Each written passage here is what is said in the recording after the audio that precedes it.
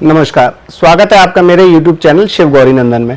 आज हम बात करेंगे पितृदोष कि पितृदोष क्या होता है। आपने बहुत बार सुना होगा पंडितों के मुंह से कि भाई आपकी कुंडली में पितृदोष है, तो किस कारण से ये पितृदोष लगता है। वैसे तो देखो, पितृ ऋण होते हैं कुंडली के अंदर।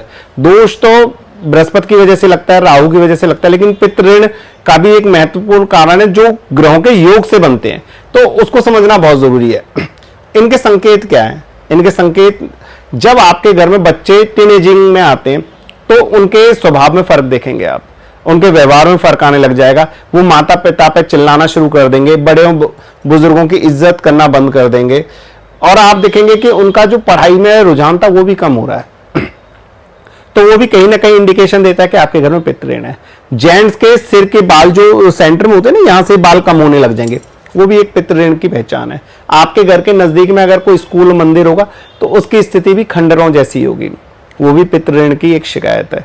उसके बाद में आप बीमार पड़ रहे हो तो आपको हेल्प नहीं मिलेगी। फाइनेंशियल हो सकता है आपके रिश्तेदारों से में हेल्प मिल जाए, लेकिन आपके साथ कोई खड़ा नहीं होगा, वो भी पितृ ऋण है। आपने पैसा किसी काम के लिए रखा, स्टोर करा, लेकिन उसी समय आपके घर में कोई और नई मुसीबत आ गई तो आपका वो प्लान ही फेल हो गया, तो पैसा वहां खत्म हो गया, तो इसका मतलब वो भी हमारा पितृ ऋण है। क्योंकि हमारी जितनी भी बरकत है बृहस्पति से है, और बृहस्पति अगर बार बार खराब हो रहा है तो विच मीन्स हमारे कुंडली में पितृ ऋण लगा पड़ा है बृहस्पति का। अब इसको भावों के हिसाब से कैसे समझेंगे? तो भावों के हिसाब से मैं बता दूं आपको कि बृहस्पति के जो घर है वो 2, 5, 9 और 12 घर है। अगर बृहस्पति के शत्रु इन घरों में बैठ गए तो आपकी कुंडली में पितृ ऋण ऑटोमेटिकली लग जाएगा।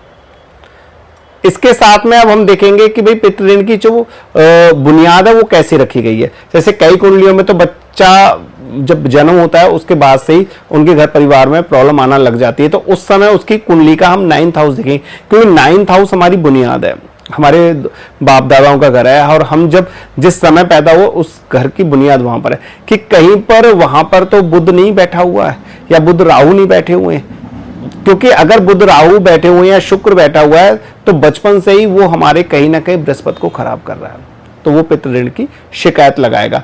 फिर आपने ये समझना है पूरी कुंडली के अंदर कि जो उनके दादाजी थे वो कितनी साल की एज तक थे जीवित। अगर वो 16-17 साल की एज तक जीवित थे उस बच्चे के, तो पितृ ऋण का असर कम होगा, नहीं तो पितृ ऋण का असर ज्यादा होगा। और ऐसा नहीं है कि पितृ ऋण हर कुंडली में लगता है, इन भावों में होके भी कई बार अगर वो एक्टिव ही नहीं हुआ तो वो कभी काम नहीं करेगा। जैसे कहते हैं ना, आपके जेब में एक पिस्टल रखी हुई है, वो हथियार है एक तरह से, लेकिन आपने जब चला दी तब उसका अच्छा बुरा परिणाम आएगा। अगर वो जेब में चुपचाप रखी हुई तो रखी हुई है। तो ऐसी कुंडली के हर ग्रह होते हैं, हर कुंडलियों के भाव होते हैं, या हर कुंडलियों की स्थिति होती है। जब तक उनको छेड़ा ना जाए, जब तक उनसे अपोजिट कार्य ना करा जाए, तो वो एक्टिव नहीं होते।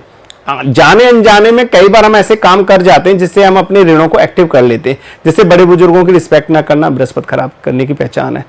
उसके बाद अपने कल्चर में ना रहना, अपनी रीति रिवाजों को ना फॉलो करना, बड़ों का सम्मान नहीं करना, ये सब पितृदोष की शिकायत है। अगर हम ये करने लगे तो हमारा पितृदोष ऑटोमेटिकली एक्टिव हो जाएगा। तो आप ये समझिए कि आपकी कुंडली में अगर इस स्थिति में बैठे हुए हैं ग्रह, और अगर आप कोई ऐसा काम कर रहे हो जिससे आपका बृहस्पति खराब हो रहा है, तो आप ना चाहते हुए भी अपने पितृदोष को एक्टिव कर रहे हो, जिसके आपको परिणाम बहुत ज्यादा भुगतने पड़ सकते हैं। तो इसीलिए सबसे अच्छा है कि अपने एथिक्स में रहो, अपने कल्चर में रहो, और कोशिश करो अगर कोई दोष भी है, क्योंकि दोष को नहीं हटाया जा सकता, लेकिन उसको एक्टिव करने से हम रोक सकते हैं, या एक्टिव हो गया तो उसको हम शांत कर सकते हैं बृहस्पति की चीजों को मंदिर में दान देके, बड़े बुजुर्गों को दान करके, जिससे कि वो अपना नेगेटिव असर कम कर ले।